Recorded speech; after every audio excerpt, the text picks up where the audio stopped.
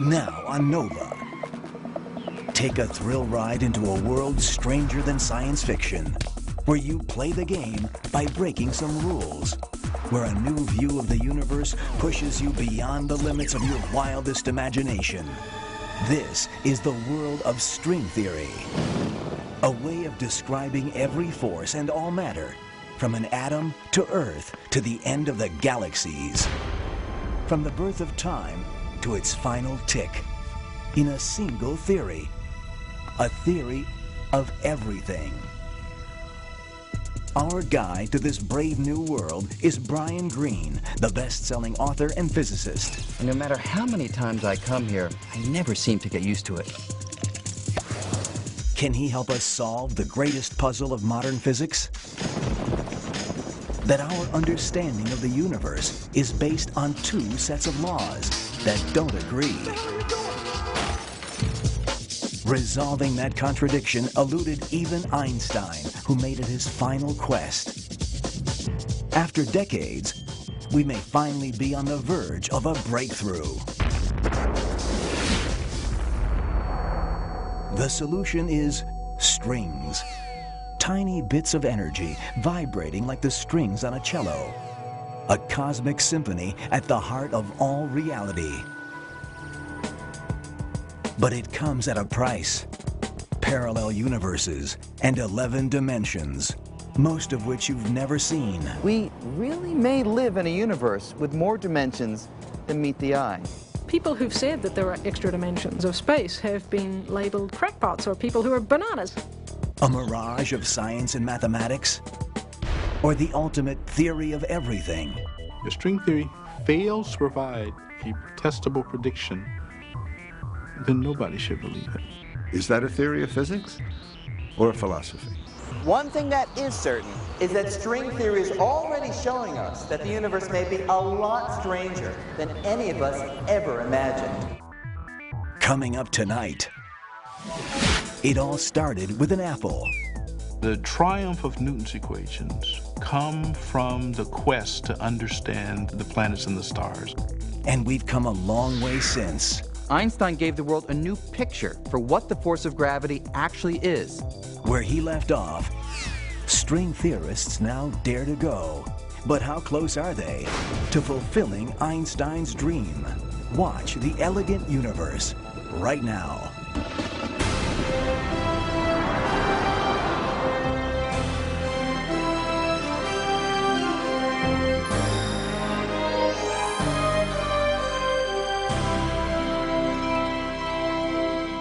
Major funding for NOVA is provided by the Park Foundation.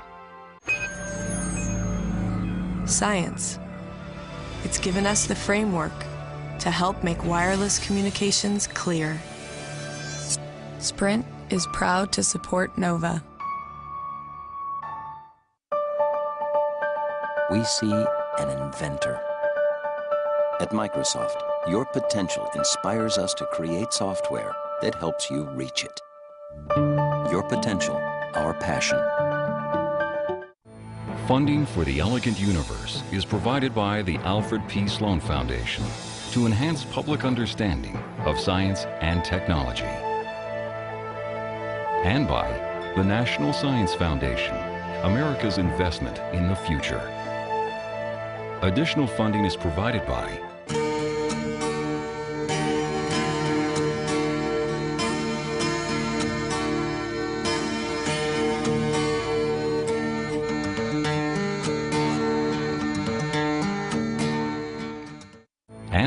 the George D. Smith Fund and the U.S. Department of Energy, fostering science and security.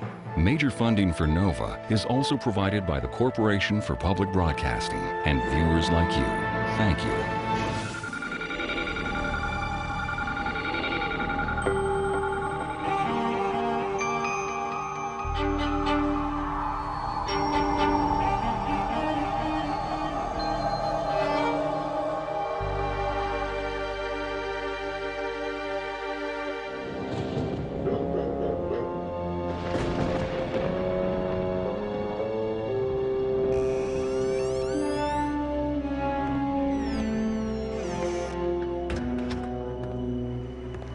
50 years ago, this house was the scene of one of the greatest mysteries of modern science.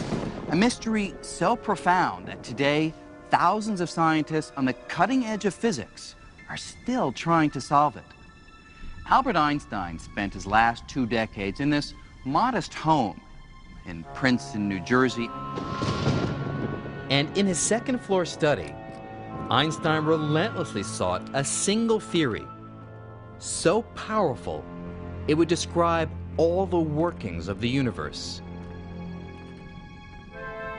Even as he neared the end of his life, Einstein kept a notepad close at hand, furiously trying to come up with the equations for what would come to be known as the theory of everything.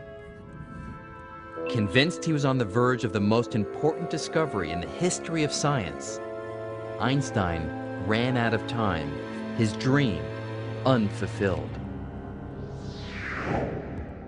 Now, almost a half-century later, Einstein's goal of unification, combining all the laws of the universe in one all-encompassing theory, has become the holy grail of modern physics.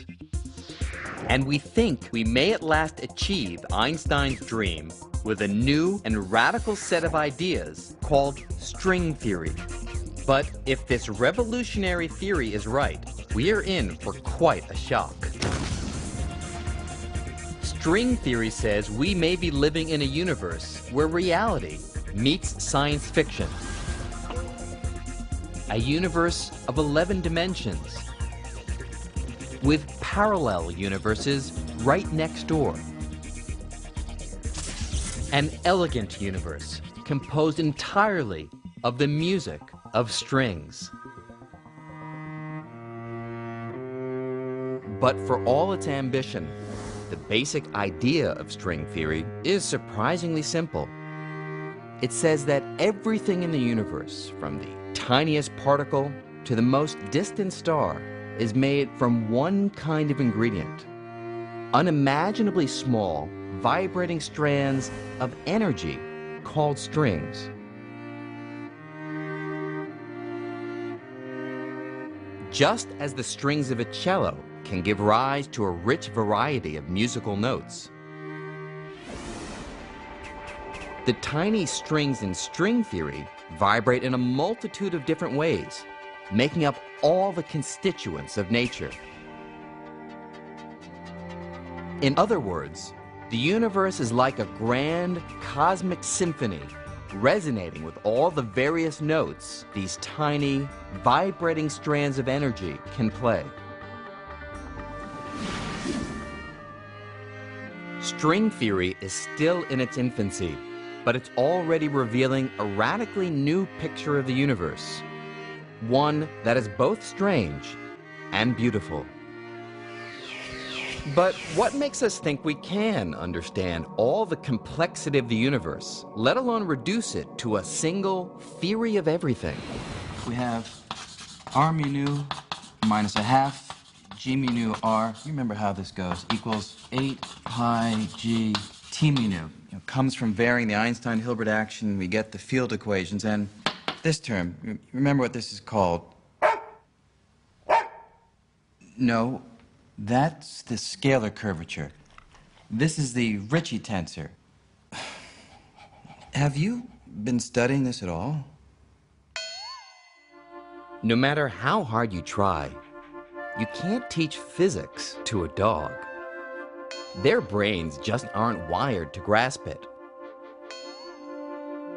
But what about us? How do we know that we're wired to comprehend the deepest laws of the universe? Well, physicists today are confident that we are. And we're picking up where Einstein left off in his quest for unification. Unification would be the formulation of a law that describes perhaps everything in the known universe from one single idea, one master equation. And we think that there might be this master equation because throughout the course of the last 200 years or so, our understanding of the universe has given us a variety of explanations that are all pointing towards one spot. They seem to all be converging on one nugget of an idea that we're still trying to find. Unification is where it's at.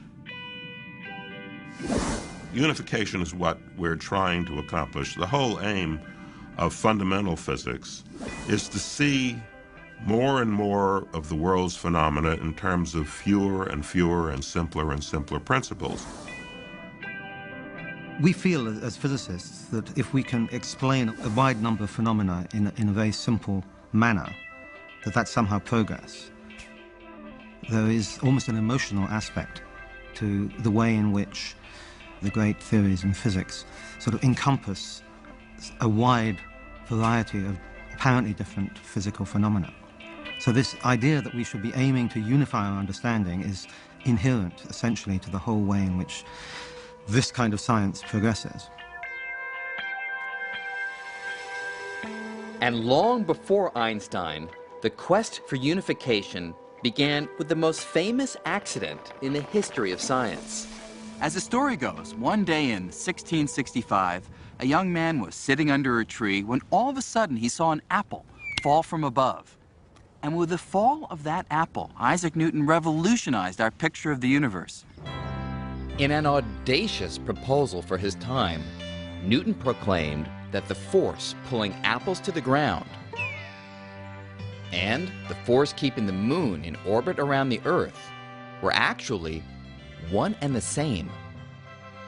In one fell swoop, Newton unified the heavens and the Earth in a single theory he called gravity. The unification of the celestial with the terrestrial, that the same laws that govern the planets in their motions govern the tides and the falling of fruit here on Earth. It was a fantastic unification of our picture of nature.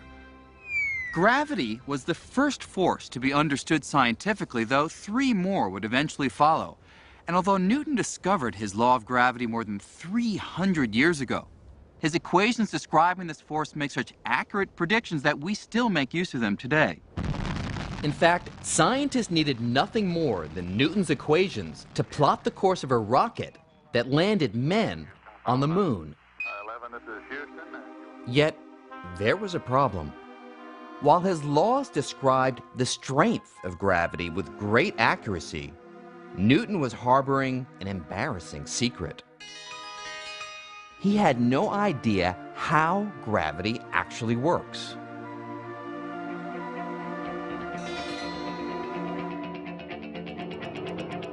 For nearly 250 years, scientists were content to look the other way when confronted with this mystery.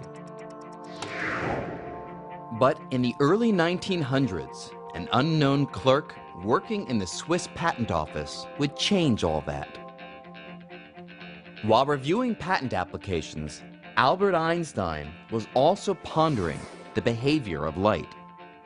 And little did Einstein know that his musings on light would lead him to solve Newton's mystery of what gravity is. At the age of 26, Einstein made a startling discovery: that the velocity of light is a kind of cosmic speed limit, a speed that nothing in the universe can exceed. But no sooner had the young Einstein published this idea than he found himself squaring off with the father of gravity. The trouble was, the idea that nothing can go faster than the speed of light flew in the face of Newton's picture of gravity. To understand this conflict, we have to run a few experiments. And to begin with, let's create a cosmic catastrophe. Imagine that all of a sudden, and without any warning, the sun vaporizes and completely disappears. Now, let's replay that catastrophe and see what effect it would have on the planets according to Newton. Newton's theory predicts that with the destruction of the sun, the planets would immediately fly out of their orbits careening off into space.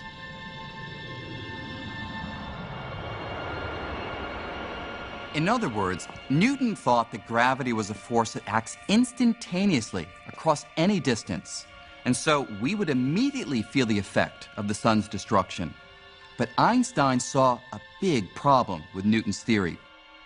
A problem that arose from his work with light. Einstein knew light doesn't travel instantaneously. In fact, it takes 8 minutes for the sun's rays to travel the 93 million miles to the Earth.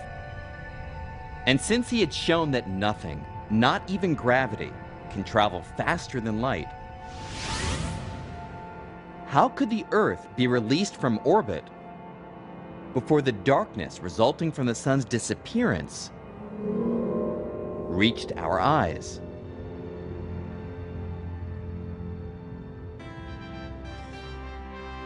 To the young upstart from the Swiss patent office, anything outrunning light was impossible. And that meant the 250-year-old Newtonian picture of gravity was wrong. If Newton is wrong, then why do the planets stay up? Because remember, the triumph of Newton's equations come from the quest to understand the planets and the stars. In particular, the problem of why do the planets have the orbits that they do. And with Newton's equations, you can calculate the way that the planets will move. Einstein's got to resolve this dilemma. In his late 20s, Einstein had to come up with a new picture of the universe in which gravity does not exceed the cosmic speed limit. Still working his day job in the patent office, Einstein embarked on a solitary quest to solve this mystery. After nearly 10 years of racking his brain, he found the answer in a new kind of unification. Einstein came to think of the 3 dimensions of space and the single dimension of time as bound together in a single fabric of space-time.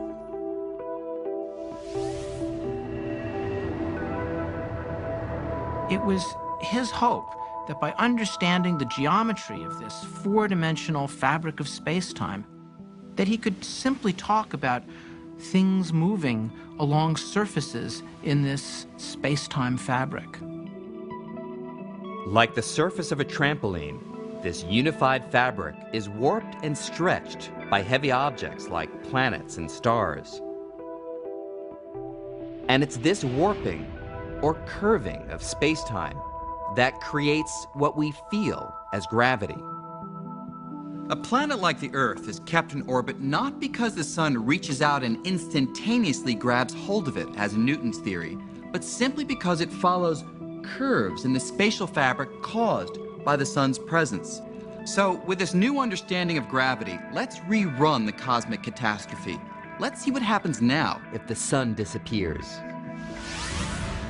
The gravitational disturbance that results will form a wave that travels across the spatial fabric in much the same way that a pebble dropped into a pond makes ripples that travel across the surface of the water.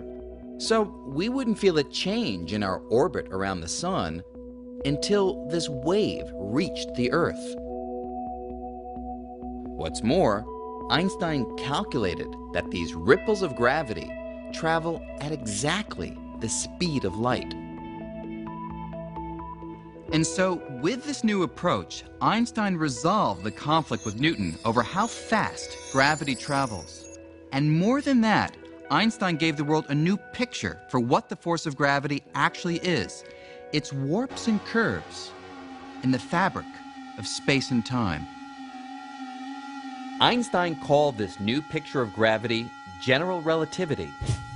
And within a few short years, Albert Einstein became a household name. Einstein was like a rock star in his day. He was one of the most widely known and recognizable figures alive. He and perhaps Charlie Chaplin were the reigning kings of the popular media. People followed his work, and they were anticipating because of this wonderful thing he had done with general relativity, this recasting the laws of gravity out of his head, there was the thought he could do it again, and people want to be in on that. Despite all that he had achieved, Einstein wasn't satisfied. He immediately set his sights on an even grander goal, the unification of his new picture of gravity with the only other force known at the time, electromagnetism. Now, electromagnetism is a force that had itself been unified only a few decades earlier. In the mid-1800s, electricity and magnetism were sparking scientists' interest. These two forces seemed to share a curious relationship that inventors like Samuel Morse were taking advantage of in newfangled devices such as the telegraph. An electrical pulse sent through a telegraph wire to a magnet thousands of miles away produced the familiar dots and dashes of Morse code that allowed messages to be transmitted across the continent in a fraction of a second. Although the telegraph was a sensation, the fundamental science driving it remained something of a mystery. But to a Scottish scientist named James Clerk Maxwell, the relationship between electricity and magnetism was so obvious in nature that it demanded unification. If you've ever been on top of a mountain during a thunderstorm, you'll get the idea of how electricity and magnetism are closely related. When a stream of electrically charged particles flows, like in a bolt of lightning, it creates a magnetic field, and you can see evidence of this on a compass.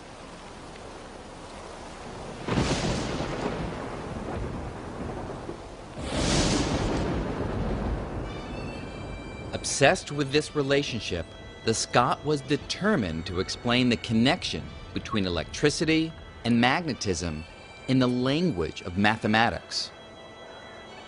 Casting new light on the subject, Maxwell devised a set of 4 elegant mathematical equations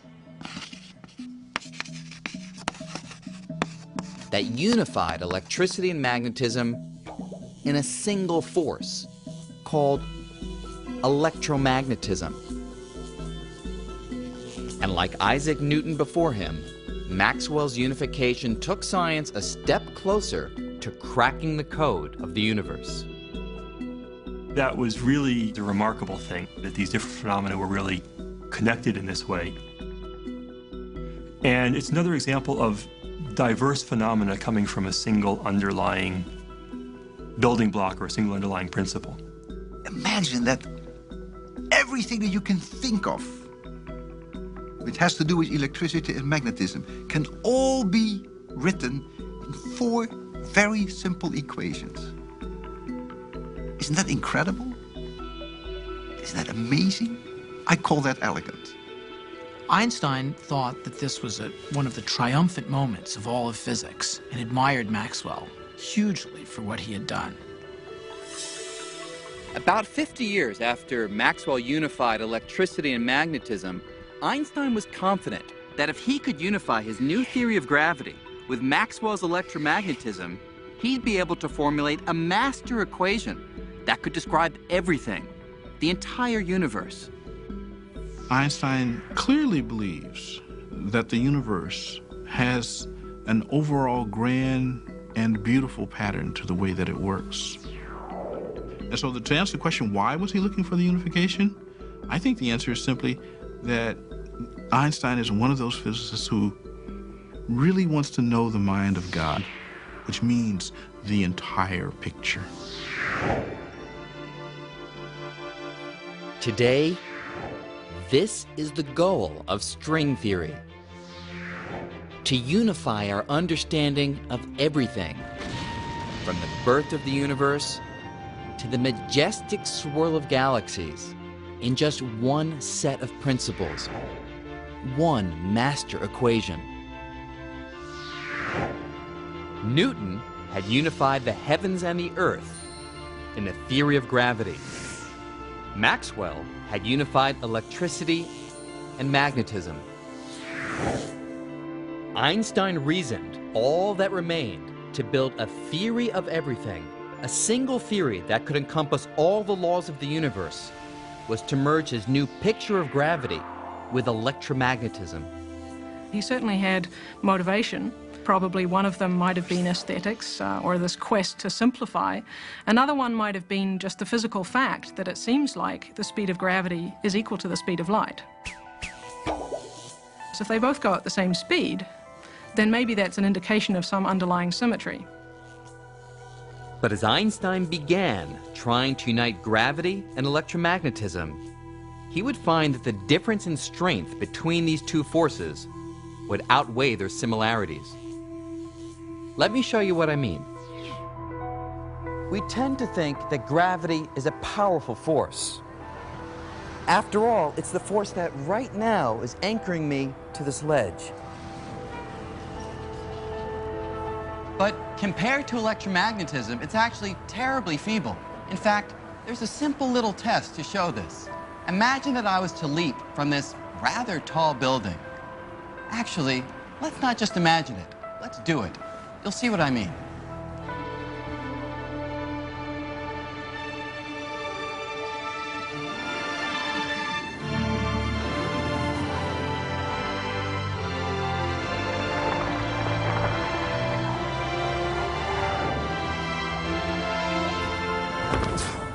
Now, of course, I really should have been flattened, but the important question is, what kept me from crashing through the sidewalk and hurtling right down to the center of the earth?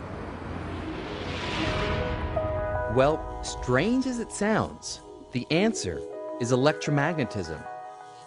Everything we can see, from you and me to the sidewalk, is made of tiny bits of matter called atoms. And the outer shell of every atom contains a negative electrical charge.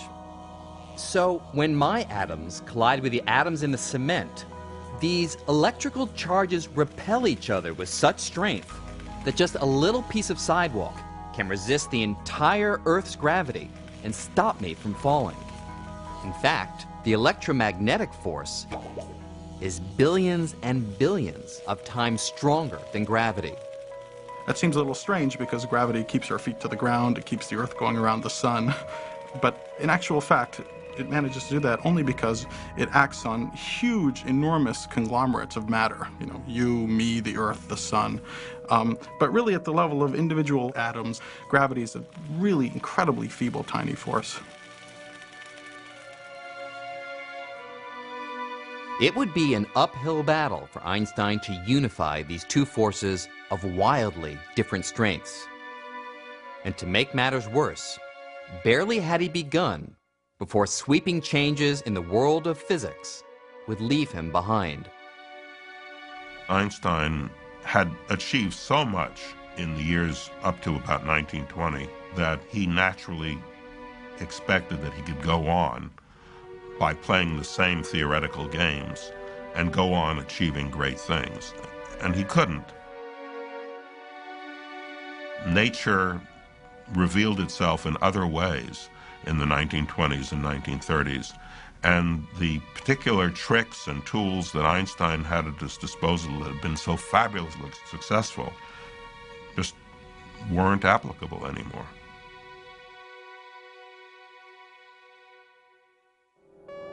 You see, in the 1920s, a group of young scientists stole the spotlight from Einstein when they came up with an outlandish new way of thinking about physics. Their vision of the universe was so strange, it makes science fiction look tame, and it turned Einstein's quest for unification on its head. Unification. Unification. Led by Danish physicist Niels Bohr, these scientists were uncovering an entirely new realm of the universe. Atoms, long thought to be the smallest constituents of nature, were found to consist of even smaller particles, the now familiar nucleus of protons and neutrons, orbited by electrons. And the theories of Einstein and Maxwell were useless at explaining the bizarre way these tiny bits of matter interact with each other inside the atom. There was a tremendous mystery about how to account for all this, how to account for what was happening to the nucleus as the atom began to be pried apart in different ways. And the old theories were totally inadequate to the task of explaining them. Gravity was irrelevant, it was far too weak, and electricity and magnetism was not sufficient. Without a theory to explain this strange new world, these scientists were lost in an unfamiliar atomic territory, looking for any recognizable landmarks.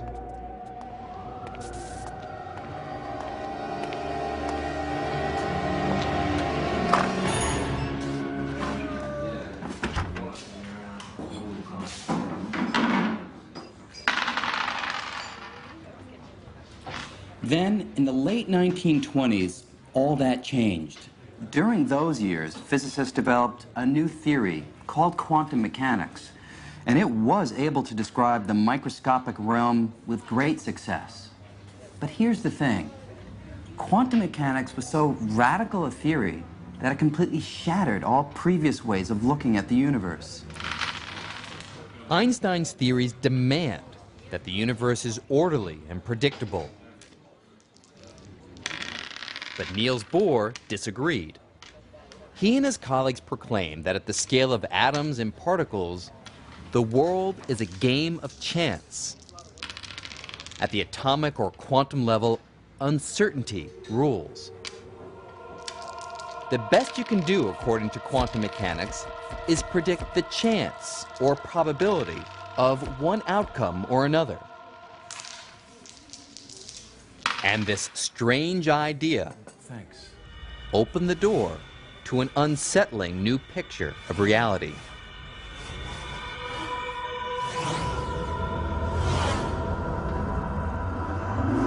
It was so unsettling that if the bizarre features of quantum mechanics were noticeable in our everyday world, like they are here in the Quantum Cafe, you might think you'd lost your mind. The laws in the quantum world are very different from the laws that we are used to. Our daily experiences are totally different from anything that you would see in the quantum world. The quantum world is crazy. It's probably the best way to put it. It's a crazy world. For nearly 80 years, quantum mechanics has successfully claimed that the strange and bizarre are typical of how our universe actually behaves on extremely small scales. At the scale of everyday life, we don't directly experience the weirdness of quantum mechanics. But here, in the Quantum Cafe, big, everyday things sometimes behave as if they were microscopically tiny. And no matter how many times I come here, I never seem to get used to it. I'll have an orange juice, please. I'll try. I'll try, she says. You see, they're not used to people placing definite orders here in the Quantum Cafe because here, everything is ruled by chance. While I'd like an orange juice, there's only a particular probability that I'll actually get one.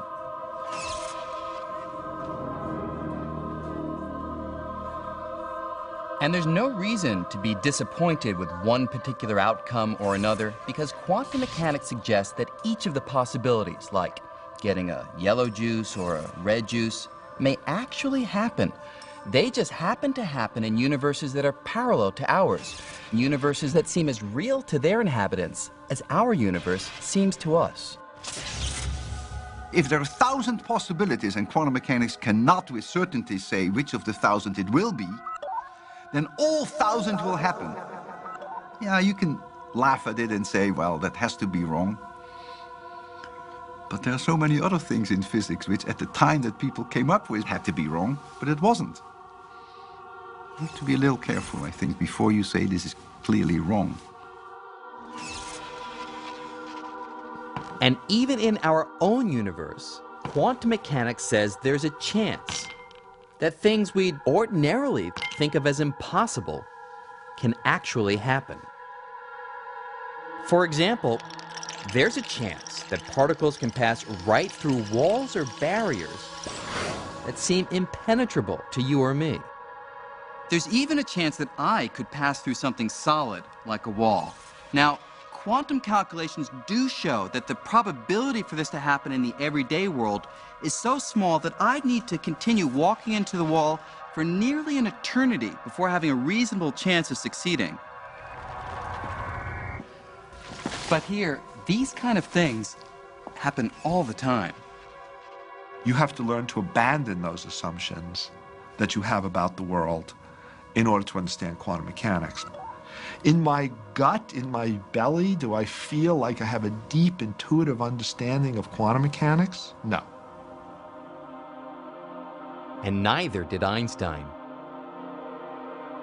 He never lost faith that the universe behaves in a certain and predictable way.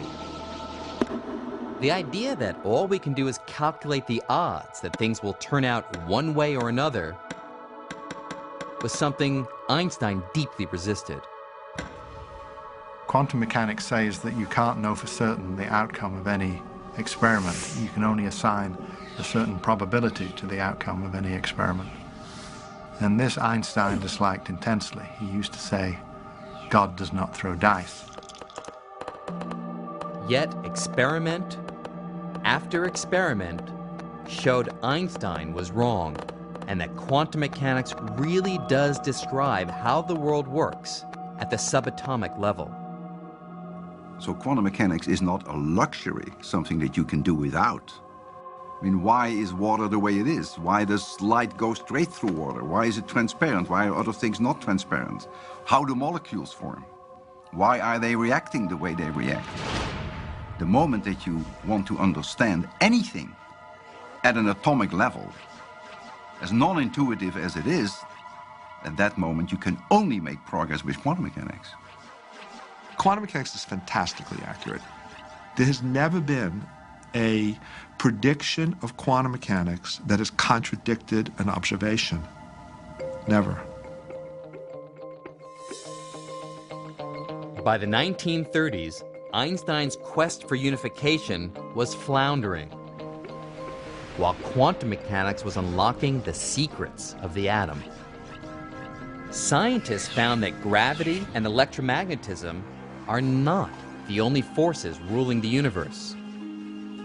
Probing the structure of the atom, they discovered two more forces. One, dubbed the strong nuclear force, acts like a superglue, holding the nucleus of every atom together, binding protons to neutrons. And the other, called the weak nuclear force, allows neutrons to turn into protons, giving off radiation in the process. At the quantum level, the force we're most familiar with, gravity, was completely overshadowed by electromagnetism and these two new forces. Now, the strong and weak forces may seem obscure, but in one sense at least, we're all very much aware of their power. At 5:29 on the morning of July 16, 1945, that power was revealed by an act that would change the course of history. In the middle of the desert in New Mexico, at the top of a steel tower, about 100 feet above the top of this monument, the first atomic bomb was detonated. It was only about 5 feet across, but that bomb packed a punch equivalent to about 20,000 tons of TNT.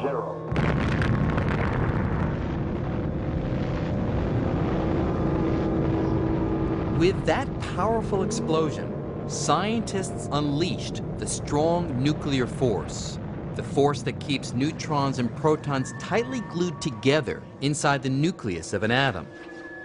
By breaking the bonds of that glue and splitting the atom apart, vast, truly unbelievable amounts of destructive energy were released.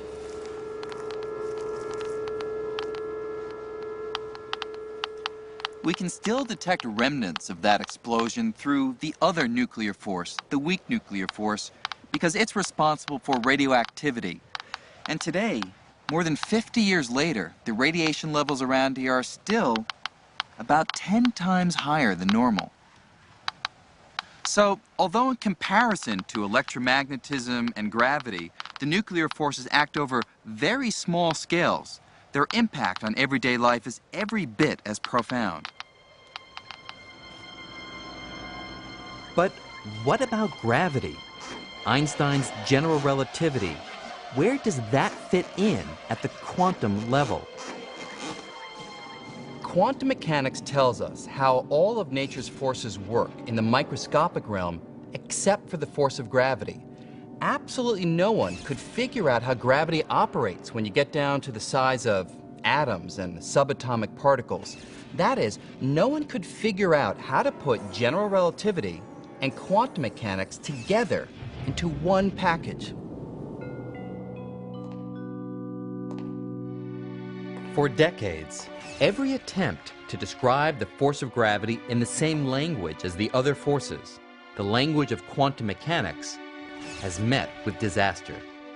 You try to put those two pieces of mathematics together, they do not coexist peacefully. You get answers that the probabilities of the event you're looking at are infinite. Nonsense. It's not profound, it's just nonsense. It's very ironic because it was the first force to actually be understood in some decent quantitative way, but it still remains split off and very different from the other ones. The laws of nature are supposed to apply everywhere. So if Einstein's laws are supposed to apply everywhere, and the laws of quantum mechanics are supposed to apply everywhere, well, you can't have two separate everywheres.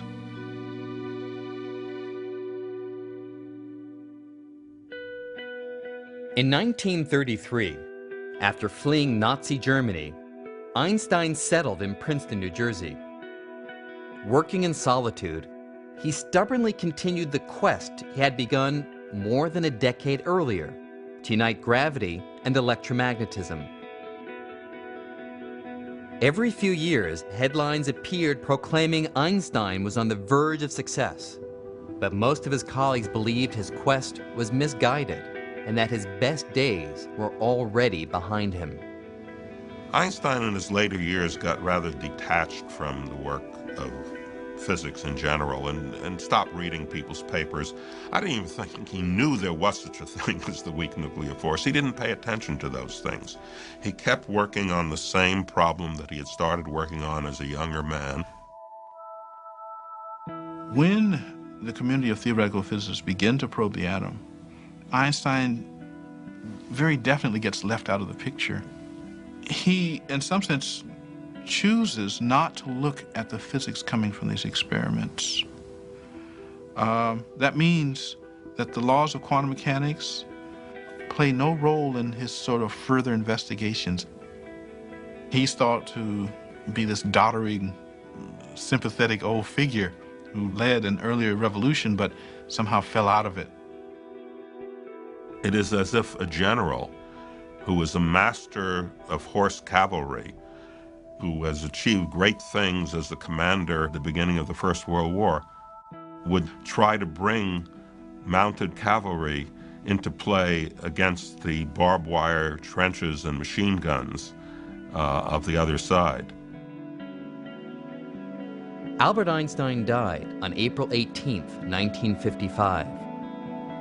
And for many years, it seemed that Einstein's dream of unifying the forces in a single theory died with him. So the quest for unification becomes a backwater of physics.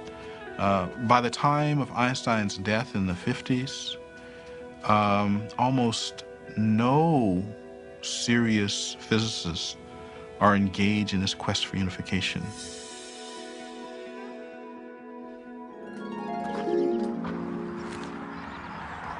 In the years since, physics split into two separate camps. One that uses general relativity to study big and heavy objects, things like stars, galaxies, and the universe as a whole.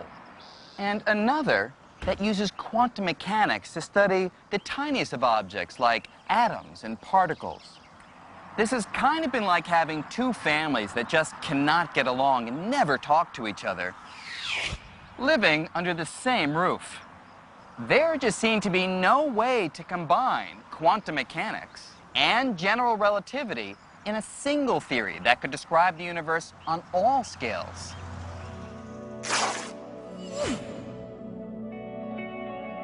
Now, in spite of this, we've made tremendous progress in understanding the universe. But there's a catch. There are strange realms of the cosmos that will never be fully understood until we find a unified theory. And nowhere is this more evident than in the depths of a black hole. A German astronomer named Karl Schwarzschild first proposed what we now call black holes in 1916. While stationed on the front lines in World War I, he solved the equations of Einstein's general relativity in a new and puzzling way. Between calculations of artillery trajectories, Schwarzschild figured out that an enormous amount of mass, like that of a very dense star, concentrated in a small area, would warp the fabric of space-time so severely that nothing, not even light, could escape its gravitational pull. For decades, physicists were skeptical that Schwarzschild's calculations were anything more than theory. But today, satellite telescopes probing deep into space are discovering regions with enormous gravitational pull that most scientists believe are black holes. Schwarzschild's theory now seems to be reality. So, here's the question. If you're trying to figure out what happens in the depths of a black hole, where an entire star is crushed to a tiny speck, do you use general relativity because the star is incredibly heavy, or quantum mechanics because it's incredibly tiny? Well, that's the problem. Since the center of a black hole is both tiny and heavy, you can't avoid using both theories at the same time.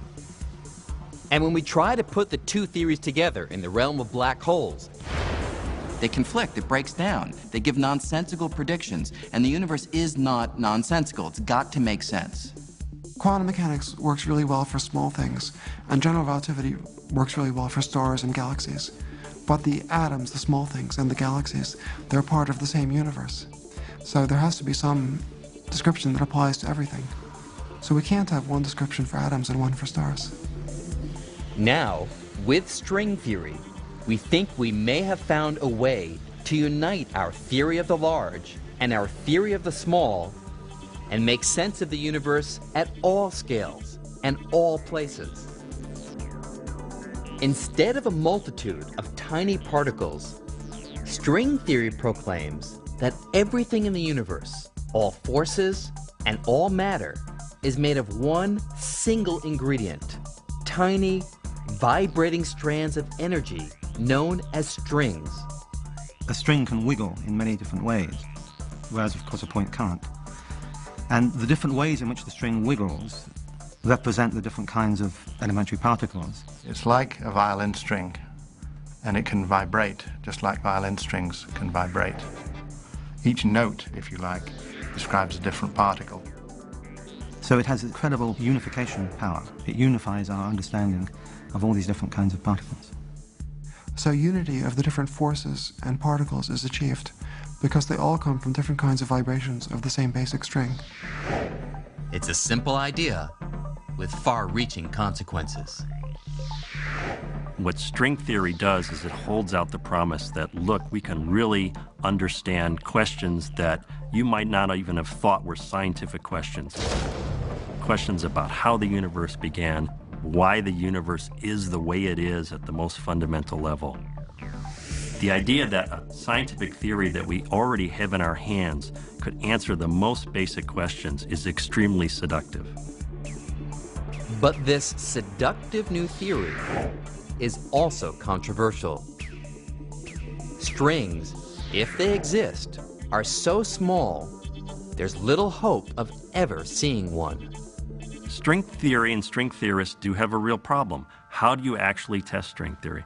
If you can't test it in the way that we test normal theories, it's not science, it's philosophy. And that's a real problem. If string theory fails to provide a testable prediction, then nobody should believe it. On the other hand, there's a kind of elegance to these things. And given the history of how theoretical physics has evolved thus far, it is totally conceivable that some, if not all, of these ideas will turn out to be correct. I think 100 years from now, this particular period when most of the brightest young theoretical physicists worked on string theory will be remembered as a heroic age when theorists tried and succeeded to develop a unified theory of all the phenomena of nature.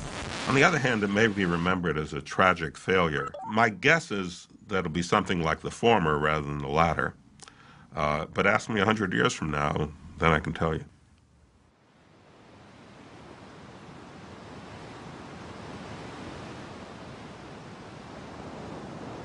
Our understanding of the universe has come an enormously long way during the last 3 centuries. Just consider this.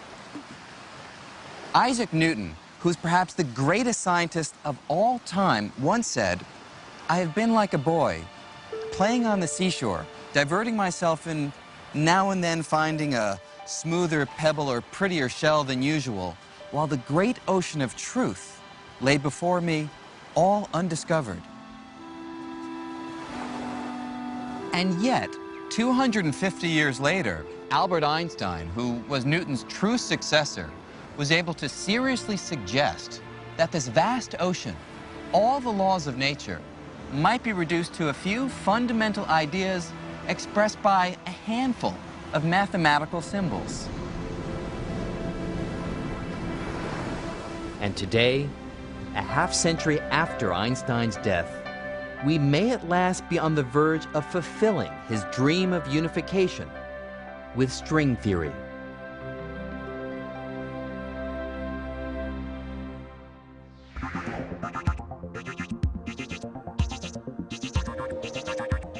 But where did this daring and strange new theory come from? How does string theory achieve the ultimate unification of the laws of the large and the laws of the small? And how will we know if it's right or wrong? No experiment can ever check up what's going on at the distances that are being studied. The theory is permanently safe. Is that a theory of physics or a philosophy? It isn't written in the stars that we're going to succeed, but in the end, we hope we will have a single theory that governs everything.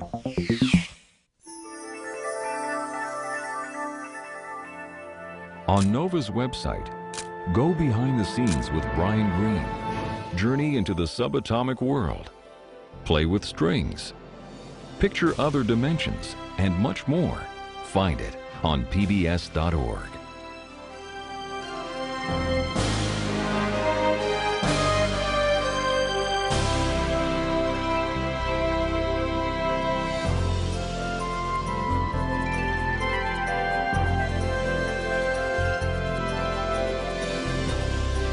To order this program on VHS or DVD, or the book The Elegant Universe, please call WGBH Boston Video at 1-800-255-9424.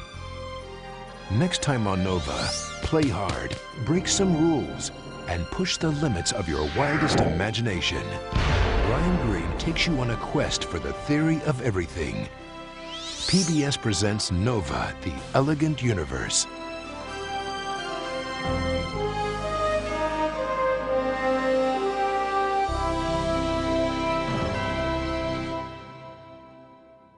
Nova is a production of WGBH Boston. Major funding for Nova is provided by the Park Foundation.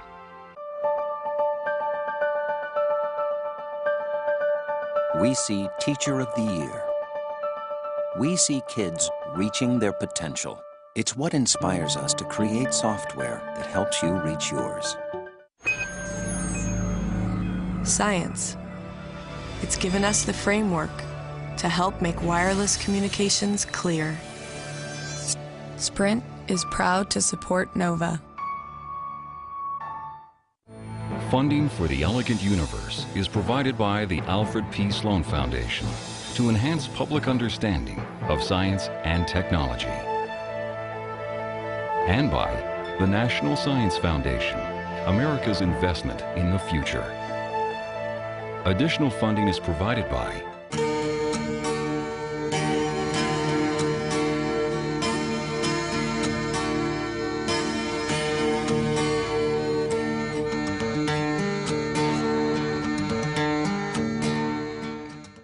and by the George D. Smith Fund and the U.S. Department of Energy, fostering science and security.